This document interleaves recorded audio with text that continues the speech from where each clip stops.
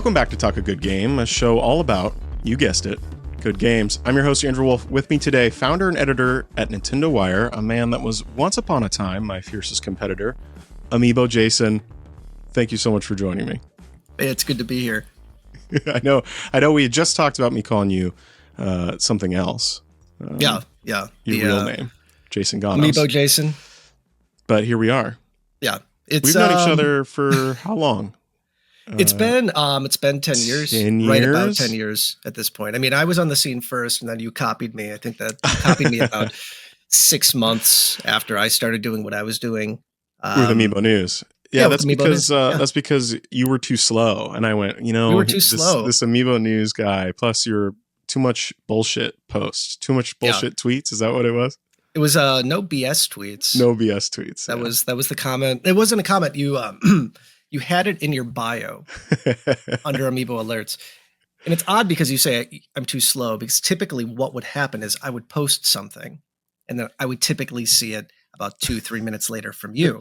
Now what your claim to fame initially with Amiibo alerts was you would omit the other things that weren't in stock alerts, thus Amiibo alerts. That didn't stick around that much longer, though, did it? I mean, it ended pretty abruptly. Yeah. And I noticed the no BS tweets kind of disappeared from the bio. Well, I realized and now pretty quickly, pretty much all you do is BS tweets, yeah, which is fantastic. Mostly BS tweets, yeah. Maybe I should add that to my bio. Mostly BS tweets. Mostly BS tweets. So you can't call it tweets anymore. Yeah. No, I think I realized pretty quickly that if I only post in stock alerts, that I won't post very often. And if you don't post very often, at least back then, and probably still that way these days, but like if you don't post very often, you don't gain followers. So it's, name of the game. I remember the first time I met you, though. So we were at PAX East? PAX West. PAX West, okay. Yeah, PAX Prime. I think it was PAX Prime back in the day. Yeah, it was Prime back in the day. It was the big one.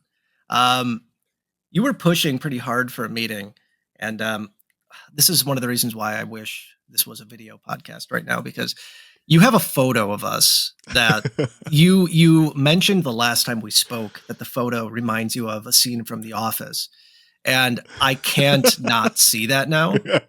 It looks almost identical to the scene in The Office where Michael Scott is wearing a fanny pack and he's shaking his boss's hands. The Ed truck, yeah. And he just looks like a deer in headlights. Am I the deer in headlights? Or are you the deer in headlights?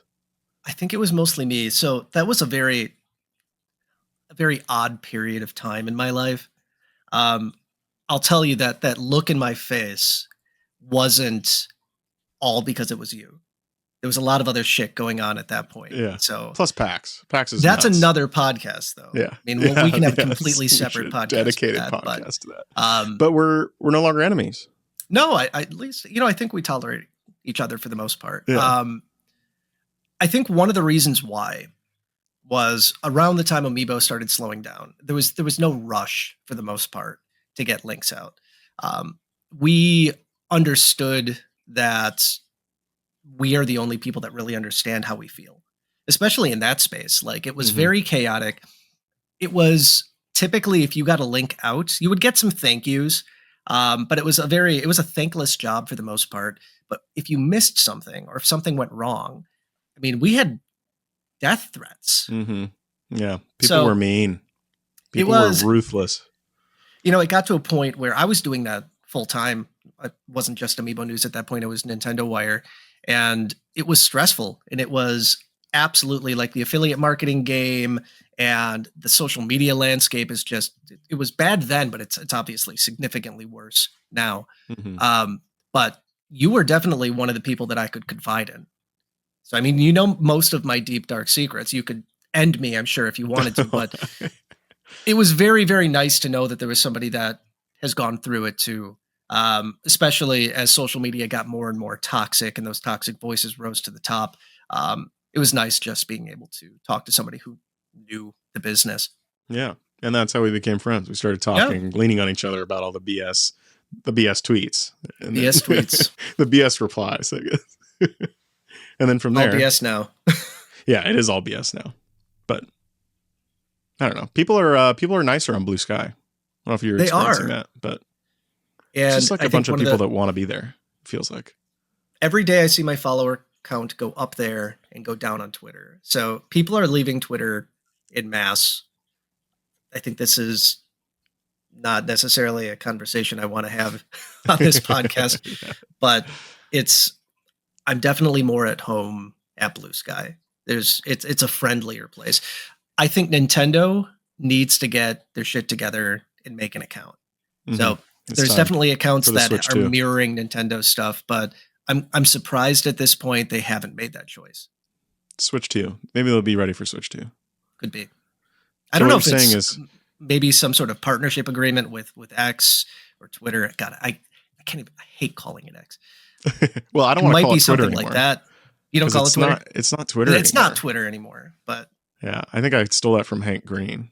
Or maybe he only calls it... I don't remember, but... I'm not going to lie to you, though. I mean, Bluesky, Twitter, Threads, Facebook, if I could quit all of it at this point, I would. And that's not to say I don't love what I do. I love Nintendo Wire. My team is amazing. I met my wife because of the website. We now have a kid with. I mean, it's one of these things where I know how lucky I am to have built the audience that I have from what used to be Twitter. I think the hard thing for me is I wish that we could have that self-contained, just Nintendo Wire without having to promote it. Even being on social media, even Bluesky, like I worry for Bluesky to a certain degree because I think, is it going to just turn into what everything turns into? I mean, everything inevitably, as it gets bigger and bigger and bigger and more popular, I've just noticed most of them turn to the dark side. And I truly hope that doesn't happen with Bluesky, but social media has burned me almost every single time. Yeah. Well, you should watch this. There's this really interesting presentation by the founder of Patreon. I can't remember his name, but at South by Southwest last year, it's called like the Death of the Follower. It's a really interesting talk. Totally worth checking out. It's worth watching. All right. I'm going to write that one down. Yeah. So do we want to talk about good games? We could talk about good games. I don't want to talk about bad games. This podcast was positivity, right? Right. Like, positivity. So let's start low. Started it off with us talking shit about each other, then talking about social media destroying humanity. Yeah. Now, let's bring it back to positive. Yeah. Well, I want to start with your favorite game of all time. Yeah. Well, favorite games of all time. Sure. I try to make everybody pick one, but you've got two here: Ocarina of Time and Final Fantasy VII. Yeah, we were talking before we started recording. Yeah. Are they? But around the same time. But we were talking before we were recording, and I was saying that I have never played any of the games on your list. One of them, but these two definitely have not played. Yeah. And I have some strong feelings about Ocarina of Time, but Final Fantasy VII, like I've never played a Final Fantasy game. Yeah. I think I played 15 for like a few hours, but I don't know if most people would consider that like it's a modern one. Like I didn't have a PlayStation 1 growing up. So, but I want to hear why these games are your favorite games of all time. So I picked two mostly because they're two very different ways that I guess these games make me feel. So Ocarina of Time is my rose-colored glasses, takes me back to childhood, warm hugs from mom, sitting in my basement eating pizza rolls kind of game. Like that game did something to me that reawoken gaming. So I'm an old guy. I'm turning 40 this year. The NES came out and Super Mario came out the year I was born. So Mario came out, I believe, 3 days before I was born. So I bring that up because I started gaming very, very young on the NES. A lot of Mario, Yo-Noid, whatever my mom would pick up at a garage sale or something. Yo-Noid is one of those games that I've never heard of. Yo-Noid. Yo-Noid is a Domino's Pizza NES game where you play as the Noid, who is this guy like in a red rabbit suit. Oh wow! And it's a reskin of a Japanese game, and they just threw a Domino's mascot on it. And I mean that was super, super common back then. But I have no idea how I got it. I'm sure it was cheap. My parents weren't or my mom wasn't super well off. So whatever she brought home, I was just thrilled about. So it's actually funny because NES Championship edition that came out had the option that said pick your favorite NES game, and I picked Yonoid. And I'm assuming not many people did that. It was an option, but I played a lot of NES when I was a kid, and I stopped. I had a Sega Genesis. I played it. I wasn't obsessed with it, but on my, let's see, it was Christmas 1996. My parents got me a Nintendo 64 and Mario 64. And that just completely switched something in my head. Like I went full on into the gaming sphere again. That's all I did. My free time was dedicated to it. And then Ocarina of Time was just being hyped up in Nintendo Power and Game Pro. And it was the game, the biggest thing that was ever going to ever come out. It's going to change gaming forever. I begged my parents for months to get this game. The hype period that I had for that game, I think, was bigger than any hype period I had in my life. It's all I could think about. My parents did not buy it for me. Christmas came along. I assumed I was going to get it. I did not get it. But I got enough Christmas money where I could go and buy it myself. And I faked sick for almost a week so I could just play that game in the basement. And again, it changed something in me. It made me, it was different than Mario 64, where it's like run around and get the coins and beat the boss. Like you had to think, like you had to solve these puzzles and do all this other stuff. It was very kind of foreign to me at that point, because I've never played an RPG or a game that like really had any critical thought needed to play it or beat it. So again, that's my rose-colored glasses game, where the hype period, where I was when I was 10. I mean, when kids are around like 10, 11, 12 years old before they hit puberty and like all that other crap, like that is the best time of their life. Mm-hmm. Like carefree, just fun time. So and you're obsessed. I think like you have to have something like back when you were 10 that a game or a movie or a feeling or something that, you know, for me, that's Ocarina of Time. So and when was the last time you played Ocarina of Time? Because it's been re-released on like every platform, maybe not GameCube. Yeah. So it was on GameCube. Was it really? Twice. Oh, that's twice right. There was two different versions of it on GameCube. It was on 3DS. It's on the Virtual Console. I played it maybe about a month ago. So I have an EverDrive and a modded Nintendo 64 for HDMI. So somebody updated Ocarina of Time with updated textures, and I replayed it. Looked really cool on original hardware. So it's just it's fun to pick up and play. But again, it's one of those games that I think I have more fun thinking about how I felt when I played it than I actually have playing it today. Yeah. But the difference between that and Final Fantasy VII was, yes, they came out at the same time, but I played Final Fantasy VII for the first time 10 years after it came out. Okay, so like right around like 2006, 2007. So I was in college. And that game reawakened my love of just RPGs and story-driven content. It was cliche and the writing is oftentimes awful, but like it was just a super, super fun time. And the lore behind it, I think Advent Children came out right around the same time. So it's like this movie that tied into a video game that's right. that was released in theaters. Like that was a foreign concept. There aren't video game movies besides like Mario Brothers and Street Fighter. So Final Fantasy VII gets this cool thing. So again, that really hyped it up for me. And then throughout the years, I mean, Square was smart. They knew this is our cash cow. Like every 2-3 years, we're going to release like a compilation game or an update to the movie or an extended version of the movie. And now, obviously, the remake. We're on the second part of the remake. So can you explain to me what what's the difference between the interlude and the remake? And I feel like there's like too many Final Fantasy VII things. Yeah, for me to understand. Do we have time? Right around 9:30 here. Yeah, we get 3 hours later. So remake is a retelling of the entire Final Fantasy VII. It's broken up into 3 games. So the first part is called remake. There's a whole lot of controversy and debate about what remake means.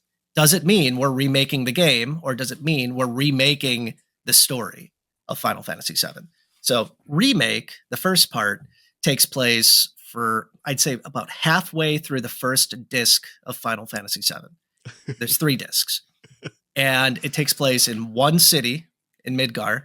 And it is essentially the first part of the story with some weird modifications that if you're a die-hard Final Fantasy VII that wanted a true remake, might have pissed you off.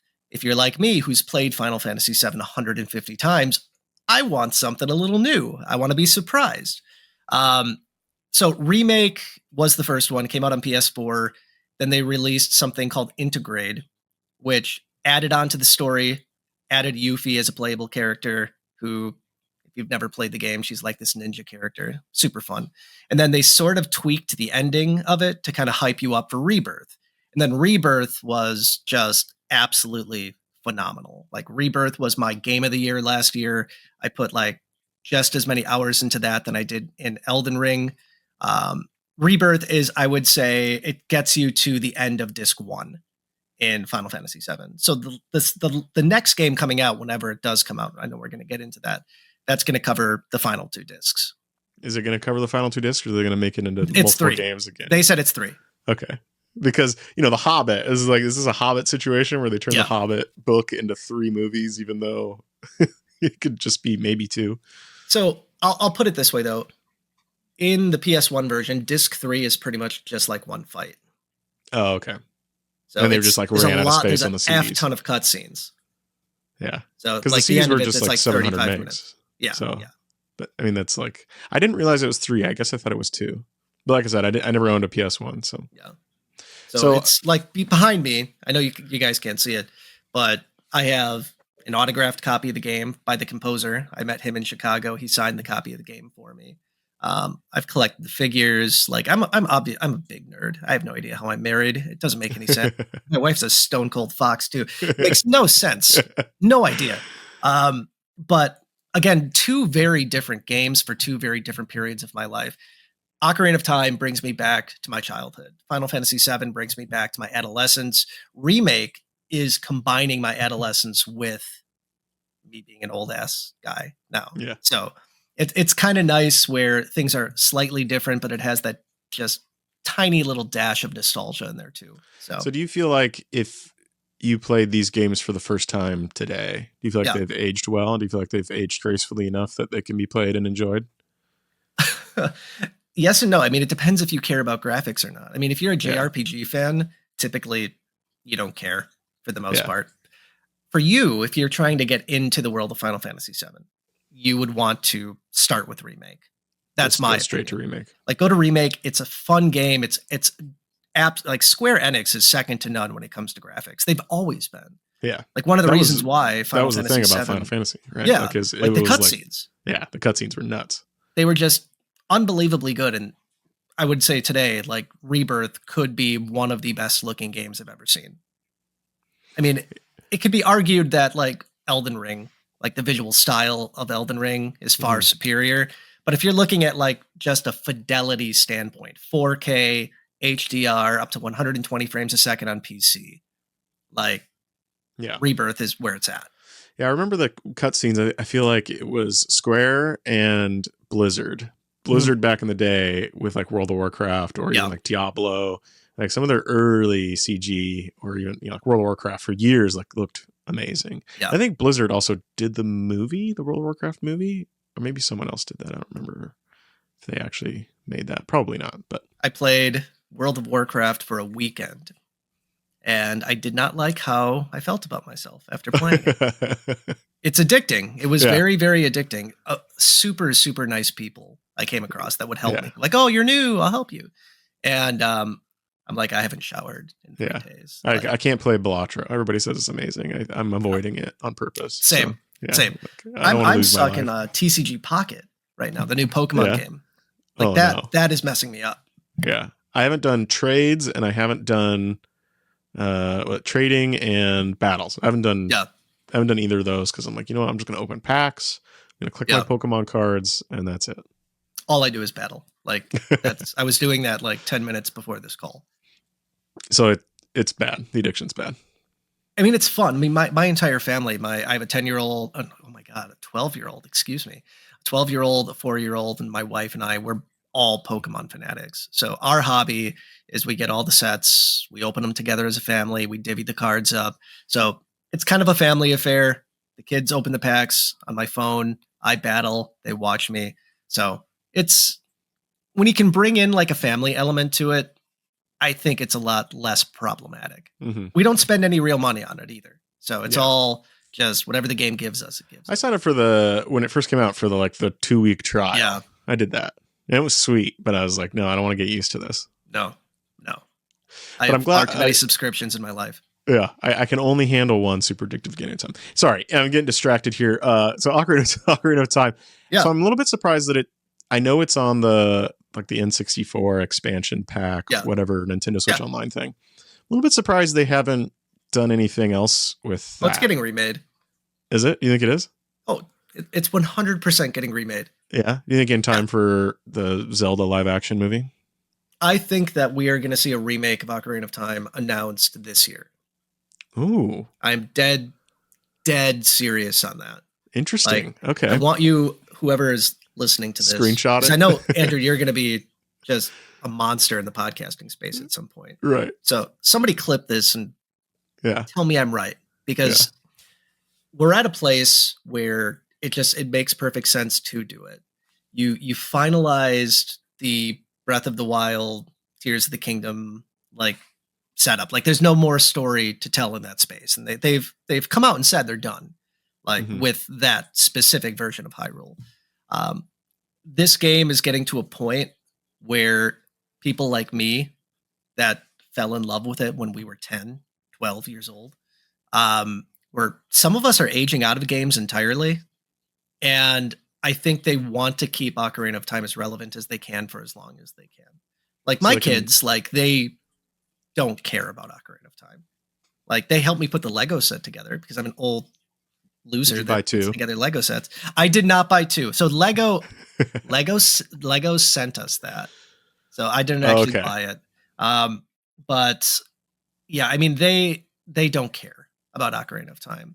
And I think a lot of people that do care, I don't know if you've seen what's happening in the retro gaming community right now, the collecting space. Oh yeah. A lot of people are selling their collections right now.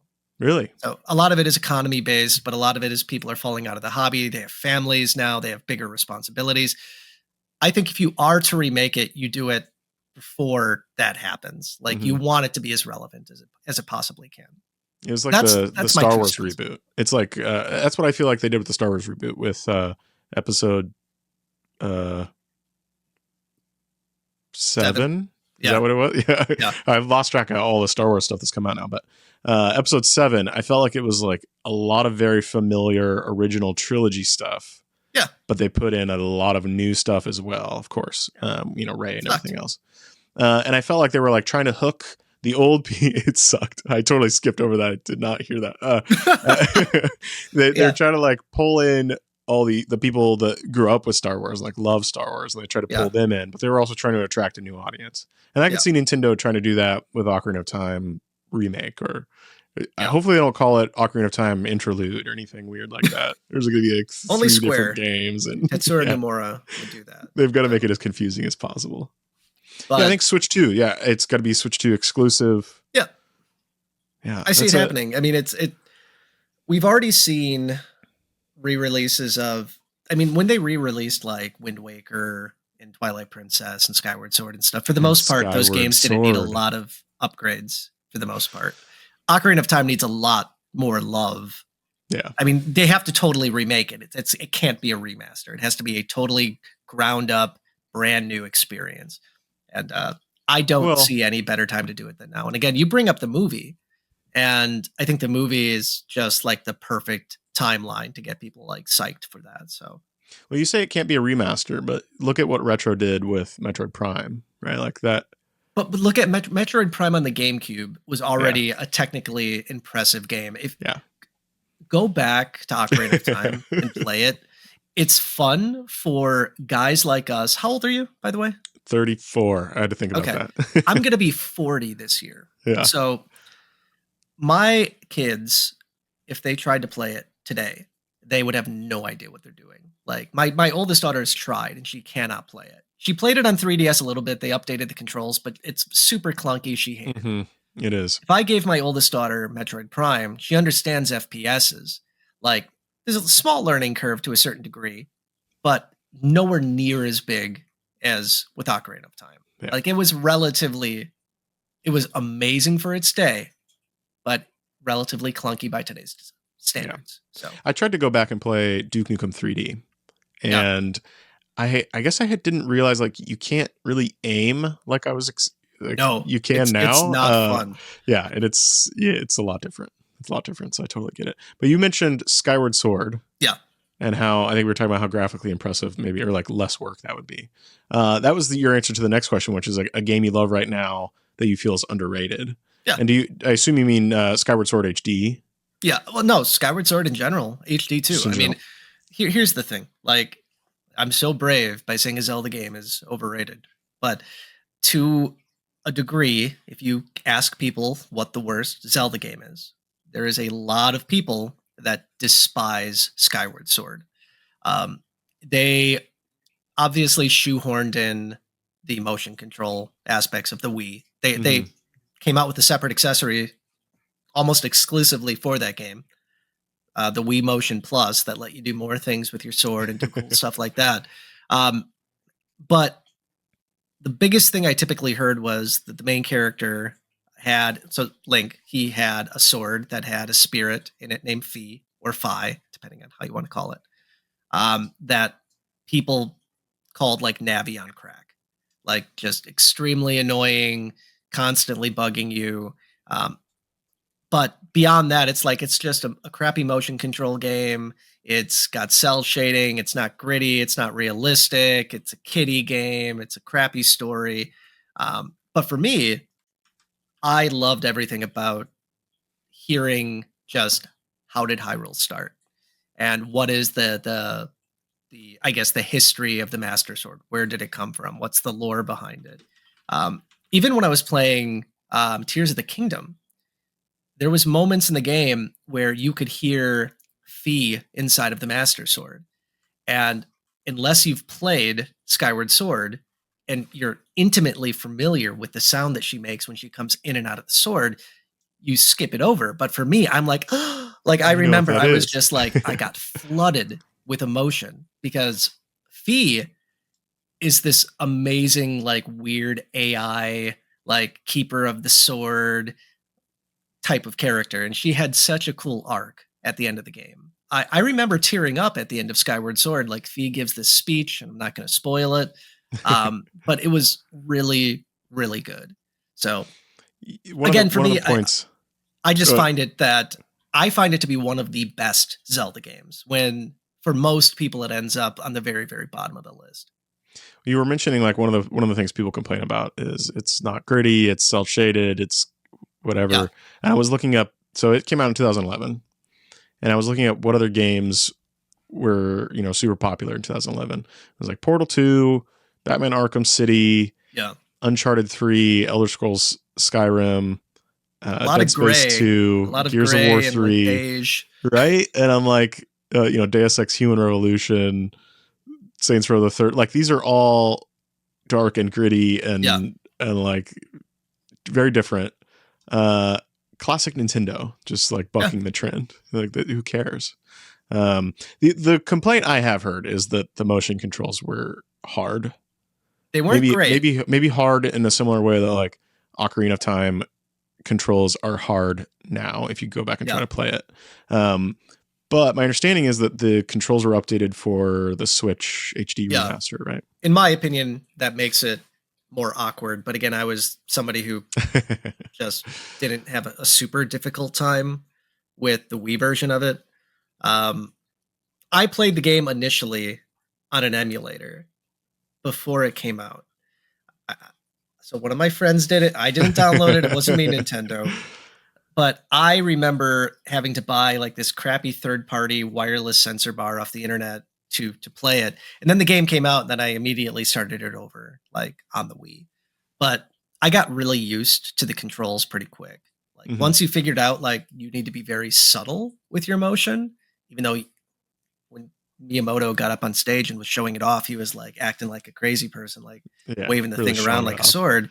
And that's kind of the point. Like you want to pretend you're using a sword, but it's all about the subtlety. Yeah. So So have you played, this is kind of a weird question. Have you played Splatoon? Do you play Splatoon? I did. Yeah.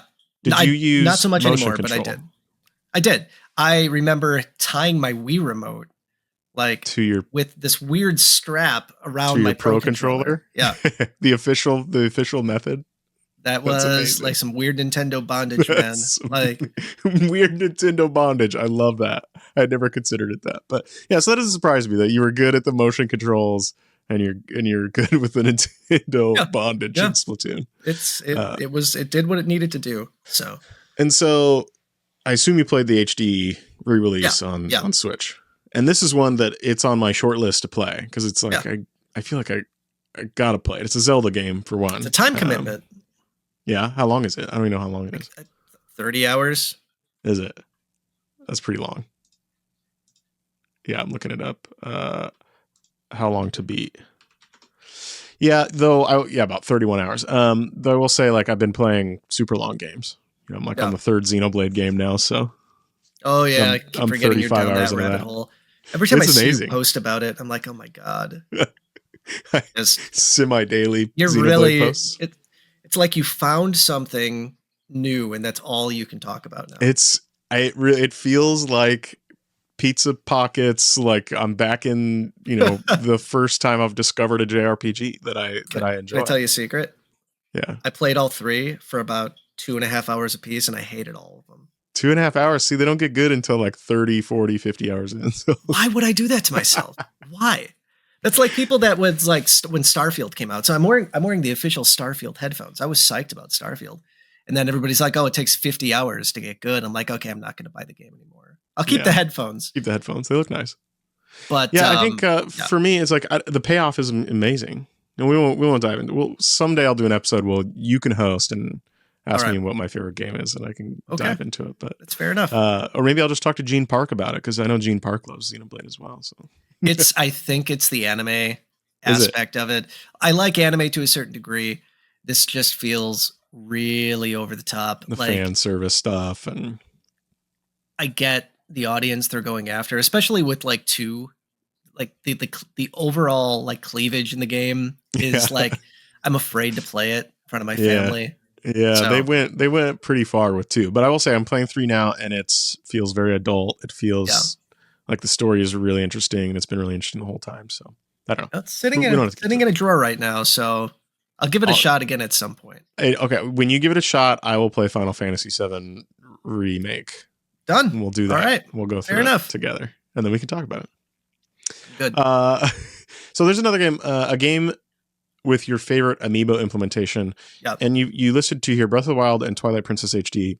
I want to start with Twilight Princess HD because this is one that's been rumored to be coming to Switch for like 5 years. And I keep thinking like, they're gonna do it. They're gonna do it. And then they haven't. Yeah. So I've been waiting for them to. This is one of the few that hasn't. What was the bundle they were going to bring? Twilight Princess HD and Wind Waker. Wind Waker. That's right. Yeah. I personally really want to play before we move Waker. Into that question, like if I had to guess, it's going to be a simultaneous release for the Switch and the Switch 2. The Switch 2 is going to have 4K. And that's my guess is why they're hanging on to it as long as they are. I think it's been ready for years. Oh, yeah, absolutely. But if you want to upsample it to 4K and just slap a 4K sticker on it, idiots like me will buy it for the 4th, 5th time. Day 0, yeah. Yeah. Easy. So what Amiibo implementation did Twilight Princess HD have? One of the best ones. And it ties into Breath of the Wild. And let me educate you, son, because I know you weren't in the Amiibo game as long as I. Yes, please educate me. So you probably know what Amiibo came with it because you sold a shit ton of them. And that's the Wolf Link Amiibo. The Wolf Link came in a bundle. Yeah. So initially you could only buy Initially you can only buy the Amiibo with the game. About 6 months later, they released it separately. The Amiibo essentially unlocked a labyrinth that you could do. It was like this multi-floored labyrinth that you were playing as Wolf Link, and you had to do some absolutely crazy, like skill-based combat challenges. And you had X amount of hearts to make it through it. And however many hearts that Wolf Link had left at the end of the labyrinth, you could tap your amiibo and it would save that version of Wolf Link to your amiibo. Fast forward, when Breath of the Wild came out, if you tap your Wolf Link in, you summon Wolf Link into your game. It's the only like real pet that you could have in that game. It was amazing. And depending on how many hearts you had when you beat the labyrinth, that's how many hearts you had in Breath of the Wild. So it was a true transfer of your character from one game to another. I don't think any other game has done it since. It was absolutely amazing, and it made the game so much better. So one of my very, very good friends, TJ, he's the host of a show that we do on Nintendo Wire called Custom Conquest and BVMe. He's a massive amiibo customizer and probably the biggest Zelda fan I know. In his words, he said that Wolf Link in Breath of the Wild was the best add-on to any game he's ever played. He's like, I wanted to protect Wolf Link because he stayed with you as long as he didn't die. He would follow you everywhere. And when he died, you could tap him in the next day and he'd come back, but he would do everything he could to protect him because it was just so much fun watching Wolf Link attack the enemies for you. And again, the idea that the hard work you did years before in a totally separate Zelda game that could just be brought over to the Switch or the Wii U, it was just kind of magic. So for me, that was like, that's what Amiibo should be. And then Nintendo kind of lost their way with it. It's like, I just put a figure out that unlocks a cosmetic. And for whatever reason, the magic of Amiibo just kind of disappeared at that point. So, I guess I didn't realize or didn't remember the actual implementation in Twilight Princess HD. And I remember using it in Breath of the Wild, but since I didn't play Twilight Princess HD, I didn't have the special hearts and everything. Yeah. You get 3 hearts. That's amazing. If you didn't do anything.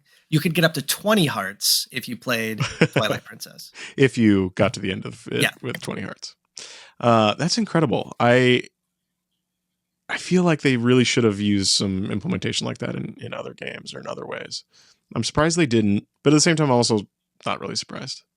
Part of me wants to have an entire podcast with you about what the heck is going to happen with Amiibo going forward, because our communities for the most part, they're still strong-ish to a certain degree, but the demand's not there. I mean, what is the 2 Amiibo that people have been begging us for? They're like, when's this one getting re-released? Pyro and Mithra. Yeah, and it did at GameStop, and nobody gave a shit. Nah, nobody cared. Some people did initially, but it's still sitting up there at GameStop now. It's not selling out. It's probably going to be on store shelves for a bit now. So I think the luster behind Amiibo is kind of coming to a close, unless Nintendo gets people excited again. Do you think I can think of 2 ways to do it? Let's hear it. Way 1. I think Nintendo would be remiss if they didn't do for Mario Kart what they did for Smash. You bring in guest characters, you bring in an expansion pass, you get people hyped, you get the trailer about, oh, who's going to drive in? Oh, it's Snake, or whatever, it's Master Chief.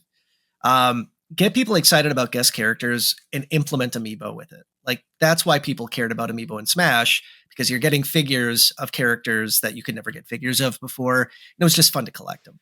I want the Amiibo with them in the carts. I want Donkey Kong, like big shoulders, like barely squeezing into the cart. I want that. But I was thinking about this for years, where I talked about it on one of my other podcasts at one point, where like, how have we not got to a point where we're just like, okay, just F it, Super Smash Kart. Like, just put out a game that's just every character from every Nintendo game in a cart. But again, Nintendo has this thing where it's like they've sold 150 million Switch consoles, and they've sold nearly half of those consoles Mario Kart 8. Like, it's almost up to 70 million units. 67 million or something. It's dumb. Yeah. So why change up the formula if they're making an absolute killing on it? So I doubt they're going to do it. But even if they didn't, if it wasn't Super Smash Kart, but do something where you have characters that you get hyped about. Like, get people excited like they did with a Smash character reveal. Well, what if they sold 70 million copies of Mario Kart 9? And I know people are going to yell at me, it's Mario Kart 10. It's because Mario Kart Tour is a mainline, whatever.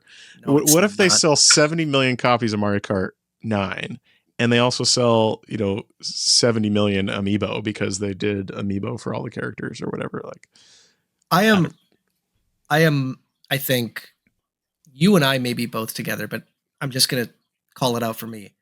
I'm probably one of the top 10 Amiibo collectors / fans that exist. I'm not trying to be like all full of myself with that. I mean, I've been there since day one. I have duplicates of every Amiibo, pretty much Amiibo that's been released overseas. I have advocated for Amiibo forever, and I can tell you that I'm not as excited for Amiibo anymore as I used to be. Yeah. Like a lot of it comes down to Nintendo kind of dropped the ball, in my opinion, with what Amiibo can do. And it got to a point where it's just like, this feels like a cash grab, but I still got excited about it because it's like, oh, new figure. But I'm like, what am I going to do with it? Yeah. Nothing. There's a good episode of the people from Nintendo Minute when Kit and Krista, they do a podcast, and they have an interesting episode about Amiibo and basically about how they just dropped the ball. Like Nintendo dropped the ball. They couldn't keep them in stock. Yeah. And then the Animal Crossing ones came out, and, companies were pissed because they couldn't sell them and like nobody was buying them. And it was just a overall disaster. And I think Nintendo wants to distance themselves from that. So I'll be curious to see if the Switch 2 has, and we're recording this prior to April 2nd. And I'll be curious to see if the Switch actually has NFC capability. It will. Yeah. You think they're gonna keep it? Yeah. They're not here. If they were going to discontinue Amiibo, they would have done it at this point. I think that if they're going to call it backwards compatible, Smash is debatably the most popular game besides Mario Kart on the Switch. Yeah. They're not going to just lock people out of the functionality, I think, of the Amiibo. That's fair. I would say even as like some sort of maybe meet you halfway, if you want to use an Amiibo, they're like just what do you call it? Connect a Pro Controller brick? Or just connect a old school Joy-Con to it. And you can do it that way. Because I'm assuming it's going to be backwards compatible with existing controllers. Yeah. Maybe they'll release the because the 3DS had the NFC brick or the NFC like puck, that round puck that you had to like connect to it. I don't know, maybe they do something like that. But NFC's cheap. Yeah. Like you can buy an NFC reader for $1 on AliExpress. Like they're going to put it in there. I see no reason for them not to. And again, I think Amiibo is a brand. Like I can't imagine Nintendo just saying we're done. Nintendo was smart enough where you had companies like Activision with Skylanders and Disney Infinity, where it was like, these figures are one thing and one thing only for this game. We might release expansions or new versions of the game, but it's for this game. Where Nintendo's like, Amiibo is anything you want it to be. Yeah. You can make a game for it. Third parties can make their own Amiibo. You can do it cross games. So if it works in one game, a third party could say it also works in this game. They were smart about it. So I think if they want to bring it back, and I think it's going to exist in some capacity, that they could very easily do that. Someday I want to have a conversation with one of the companies. There wasn't very many that did a third-party Amiibo. Yeah. It was like Diablo, Shovel Knight, Mega Man. Solaire of Astalia. So that's right. It was Q-Boy was like Nintendo did that, right? That I mean that was who was Japan that? Only, but like there wasn't a ton of third. But I would love to talk to one of those companies about what was the process of like working with Nintendo to like come up with a third party Amiibo. I was kind of surprised that more didn't do it, but I interviewed Yacht Club about it. So if you want the answer to that question, you can head to NintendoWire.com. It's already search recorded. For Yacht Club Games interview, and you can find it. It's there. So the Amiibo master has schooled me once again. Though I did beat you to Pyromithra. I was very happy about that. I was in a Burger King drive-thru, sir. I remember back in the day, and here we are getting into this special episode that we need to record all about Amiibo, this 10-part series. I remember I would pull over like on the side of the highway, on the side of I-5. Like I'd pull over to post. Same. I would have my phone out on the table during dates when I'd go on dates because it was like I have to be ready to post something. When the Switch was going up for pre-order, like I would shower with my phone in a Ziploc bag, and like it's being the deals posting and the Amiibo posting has taken a lot out of my life. But I remember. So this was recently when Sora went up. I remember I was in New York on a business trip for the other company that I work for. And I was at a conference down there and we were at dinner. And then I found out that Sora went up and I got it out very, very quickly. Like I was ready for Sora. And I remember just sitting there and I'm at a table with my colleagues and I'm like, I got tears like building up in my eyes. And one of my friends is like, "Oh, you okay?" And I'm like, this is like the end of an era. Yeah. Like it's so fitting. I'm sitting here in New York. I'm 2 blocks away from Nintendo New York. And this is the last Smash Amiibo to come out. And I remember everything that you just mentioned. I remember sleepless nights. I remember the death threats when I missed Greninja because it went up at like 2:30 in the morning. I mean, it was the craziest ride I've ever been on. Like, I don't think Nintendo has ever done anything quite like that before.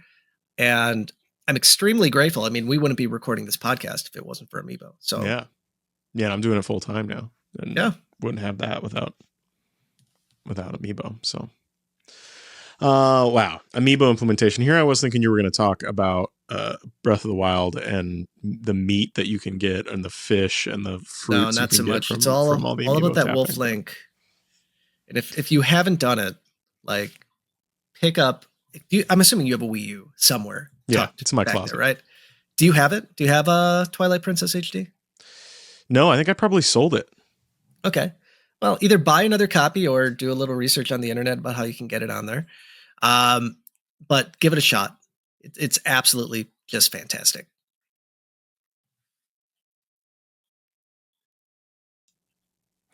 Now, I want to hear about the one game you're most looking forward to that isn't available right now. I feel like we maybe already touched on it 40 minutes ago, but it's going to probably come out when I'm 43, so like 2-3 years from now.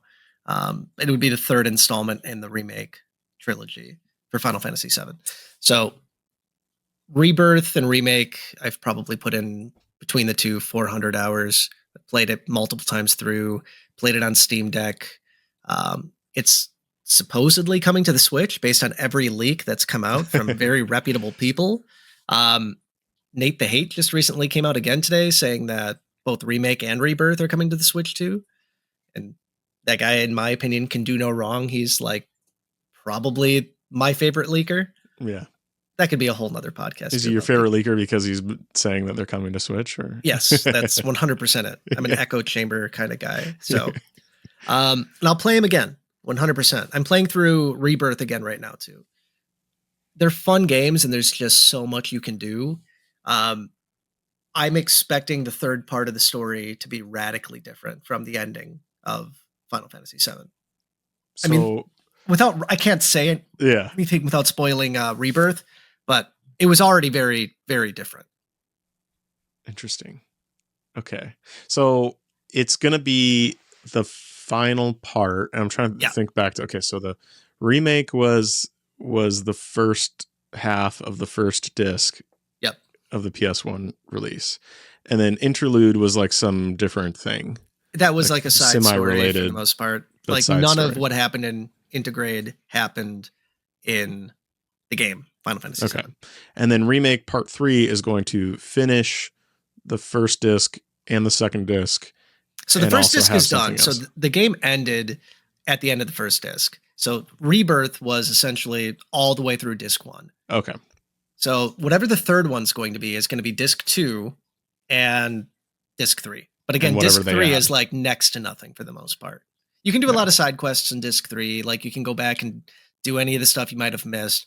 But by and large, disc 3 is the Northern Cave where you face off against Sephiroth. Mm-hmm. And I'm not doing spoiler takes on that. I mean, this game is like 25 years old. So yeah, it's old. It's old. So in addition to that, let's see how much there's been a big conversation about games costing more than $60-$70 now, and talking about like Grand Theft Auto 6 is going to be $100 or whatever. Do you think this is coming out in 3 years or whatever, 2028? Do you feel like it's going to be $90, $80?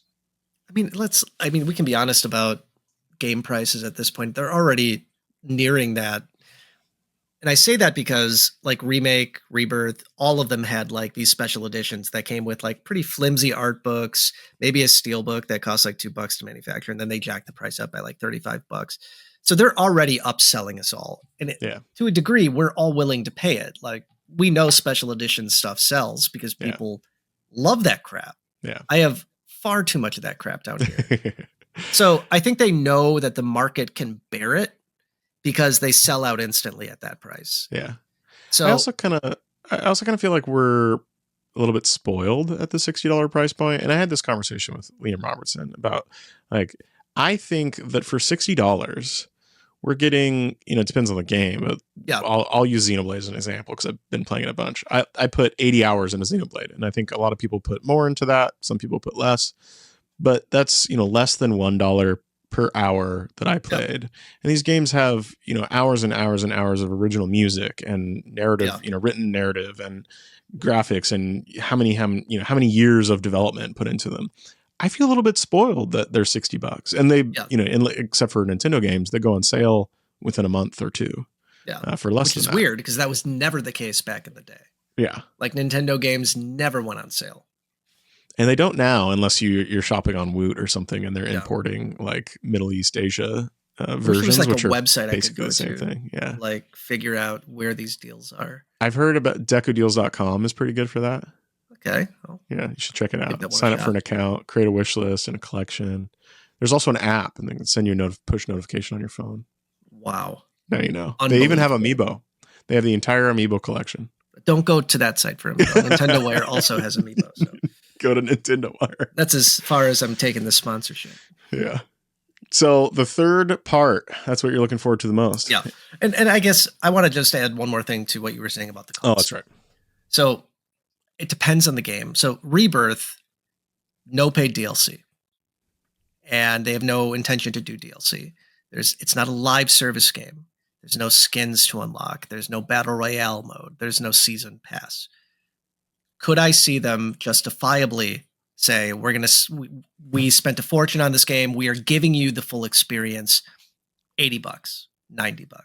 Yes, take my money. It's worth it, every penny. Everything else that is this live service hell of a nightmare, every Assassin's Creed now, everything with the season pass. I mean, everything seems like it's just there to nickel and dime you. And they're still on top of that coming out with these ridiculous digital only limited editions for $80 that come with a digital art book. Internet, come on. Yeah. Like nobody wants any of that crap. Yeah. So I think it depends on the game and it depends on like what I consider to be a greedy move or not. And I think for companies that are putting out high quality experiences where you get the entire thing for one cost, that should be factored into the cost of the game. But if they're going to nickel and dime me with live service crap and they're making a fortune, like, what is it? Who runs Fortnite? Yes, Epic. Epic. I mean, Epic and they're owned by Tencent. Yeah. Right. They make as much money as a small nation. Yeah. Off of that game. And like, I'm not even joking. They do. Yeah. And could they justifiably charge me $80 or $90 for a single player experience? I mean, Fortnite's obviously free, but again, I think of games like Assassin's Creed that it's just this constant flood of cosmetics, and season passes, and DLC that I couldn't justify it at that point. Yeah. So do you think once this part comes out, do you think they'll do a release with everything? Oh yeah, everything in it, and I will buy it again. Oh, and you'll put the statue up with everything else back there. I have the PS4 version. I have the PS5 version. I have the special edition, the PS5 version. I mean, I have all of it digital too, so I don't have to open those. I'm a sucker, and it's only for that game. Like that game means that much to me, where I'll buy it multiple times. I think everybody has something like that to a degree. I'm not like that with every game. I'm not like that with almost any other game. So it's just, that game just hits me super, super hard. So at some point, I want to give that stuff to my kids, and I'm like, experience it for the first time, or something like that. Maybe. I mean, who knows you got to put the disc in. Discs these days, at least for PlayStation, is like just a DRM unlock, right? Like they don't actually, you can install the hard drive and then you got to download 120 more gigs or whatever. Kind of wondering what they'll do for Switch. Like, It's going to be download only. That's going to be tough because I mean, it's leaked that it's going to be a 64 gig cart from what I've read. Yeah. That what you've seen too? Yeah. Okay, so 64 gig. At least there are the developer cartridge is 64 gigs. So I assume that's the largest there will be because the developer cartridge for the Switch is 32 gigs. Yeah. And so that's just the maximum size. So what takes up the most space from what I've seen in most games are 4K textures. Yeah. I don't think there's going to be any native 4K textures in most games. Maybe very, very simple, like Metroidvania games that could actually pull out like a 4K native. But games like Remake, could it support 4K with the DLSS or whatever Nintendo is going to be making with their 4K upscaler? Yeah, I'm sure it's going to hit 4K, but it's going to be taking a non-4K texture and it's going to get it to 4K. So I think Rebirth is like 140 gigs on PC. But again, it's chock full of extremely high quality textures. So they could get it down to 64. I think they could easily get it down to 64. There's this weird part of me, the gamer part of me, and I don't like to use that word, but the gamer part of me is like, I would love a game card release for Final Fantasy. Like 2 game cards just for the novelty of it. Because as far as I'm aware, there's no multi-game card games. Like it just doesn't work that way. So there is. So is there? I mean, there's multiple actually. I have both. What are they? And they're both Final Fantasy. You stay here. I'll be right back. For Nintendo Switch? Yeah. Stand by. I'm going into my box of treasures.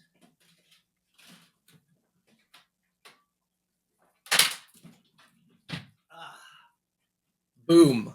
Final Fantasy VII, Final Fantasy VIII.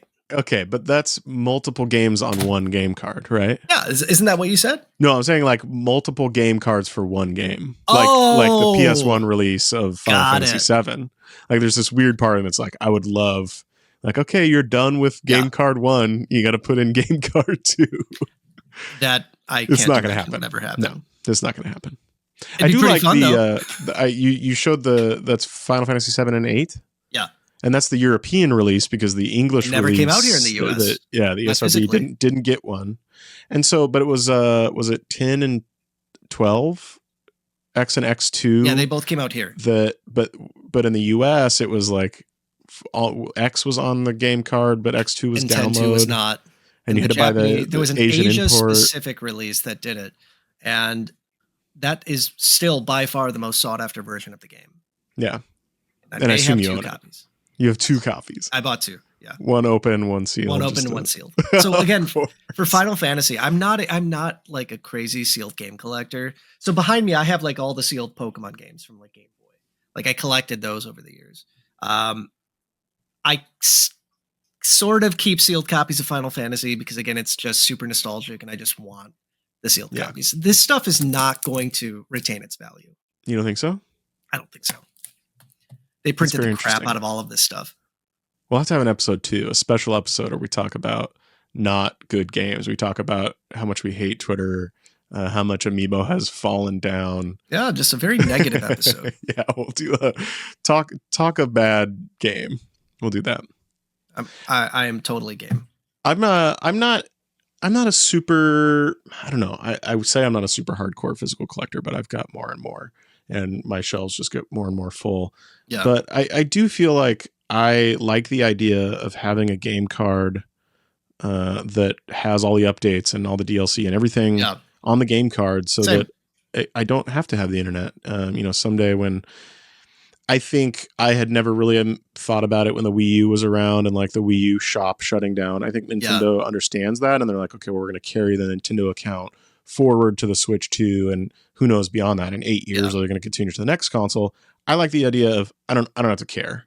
Yeah. At the same time, on my 3DS, like I've got Soma Bringer, which is a Monolith Soft game, which released in Japan.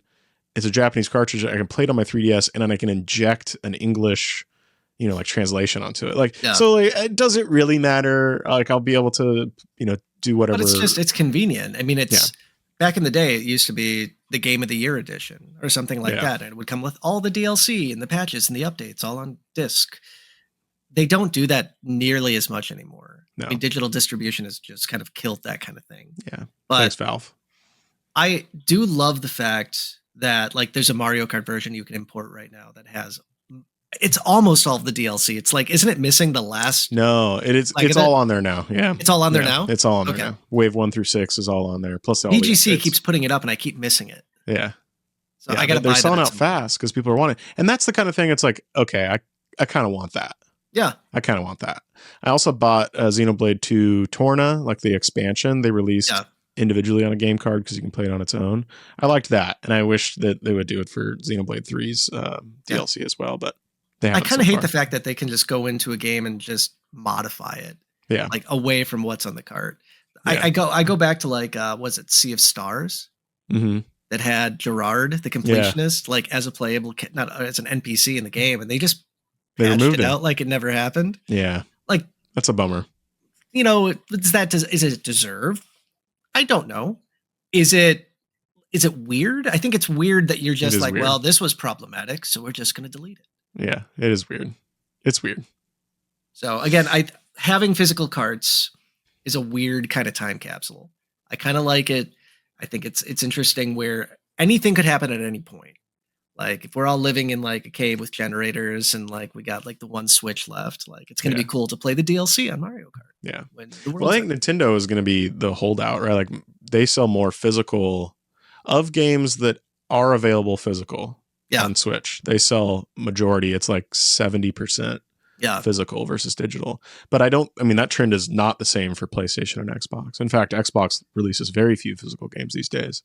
And PlayStation, I don't know how much longer they're going. I mean, their consoles are coming out. Like if you want a disc drive, you have to buy this extra $80 thing. So I don't imagine physical sticking around. Like I personally don't buy PlayStation 5 games physical because like I said, they're just a DRM key disc anyway, and it's more annoying. But for Switch and Switch 2, I'll continue doing that, and I don't see Nintendo stopping anytime soon. But yeah, same. I think it's the cart. I mean, the cart slot is there. Yeah, it's the console that's going to be there for the next 5-6 years, I'm sure. So and no 3DS tab. There's no tab on the game card. I'm calling it. Right is there none?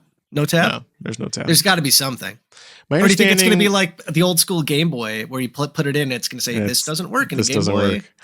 Yeah, my understanding is like the teeth may be different or something, but like you can put the Switch 1 cartridge in the Switch 2, but you can't put the Switch 2 cartridge in the Switch 1. They're either going to have to make it bigger to a point where you cannot get it in at all. I think if they modified the teeth, that's begging for a kid to smash it in there. Yeah. And they're not going to want anybody doing that. Nintendo wouldn't want that. I also wonder if it's going to be a different color. The card? I would love a different color cartridge. It's going to be a light gray. I'm okay with light gray. It's going to be the original. They moved 3DS away from color. that though. They moved away from the light gray. They like changed their sign at Nintendo of America and everything.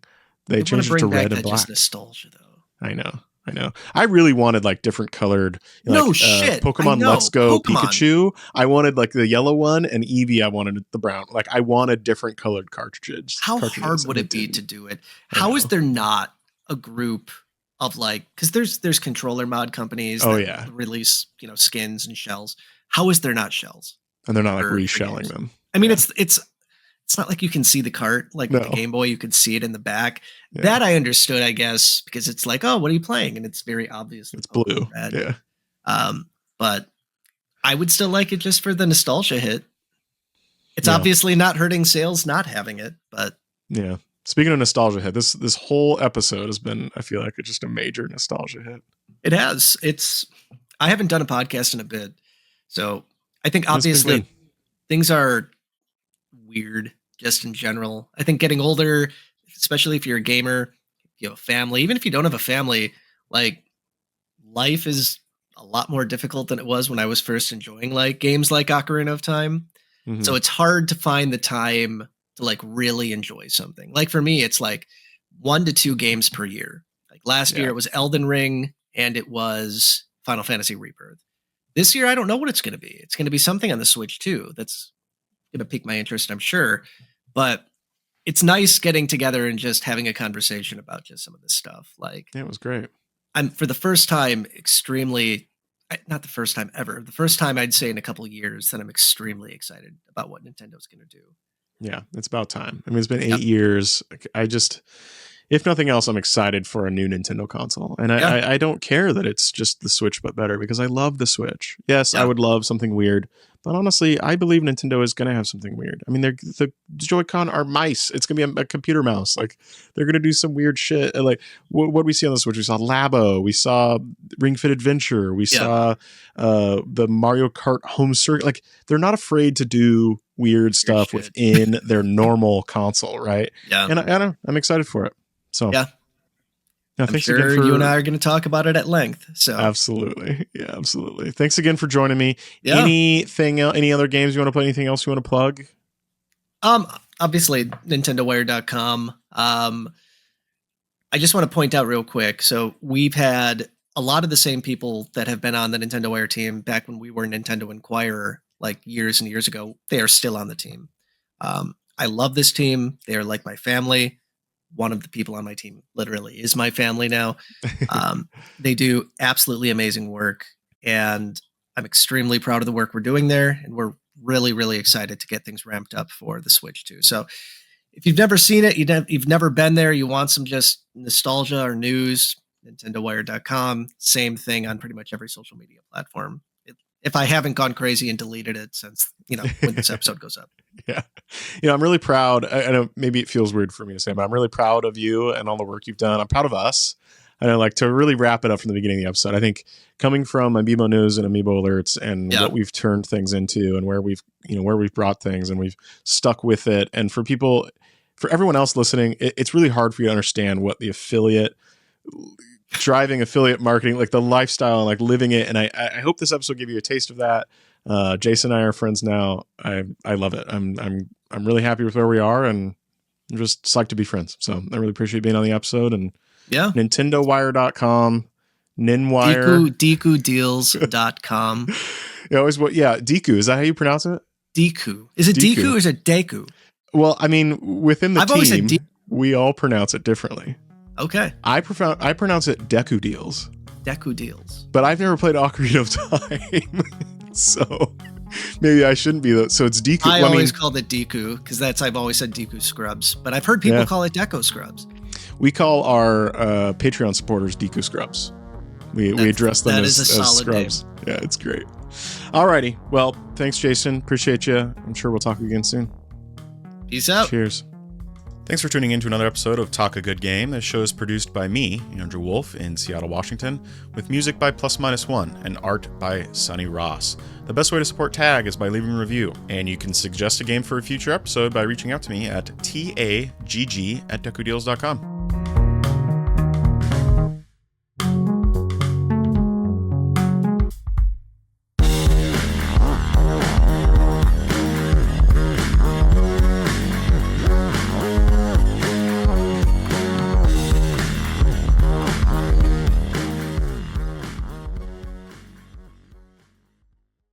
Welcome back to Talk. Boo! This is why you will always be the number 2 Amiibo site. You can't even get your fucking intro right. Come on, let's do it. Oh, this is the first time I fumbled that. Okay. You're in the presence of greatness, son. No, I can't. Now I'm like blushing. This is why I should have done no camera. Camera off. Camera off. There we go.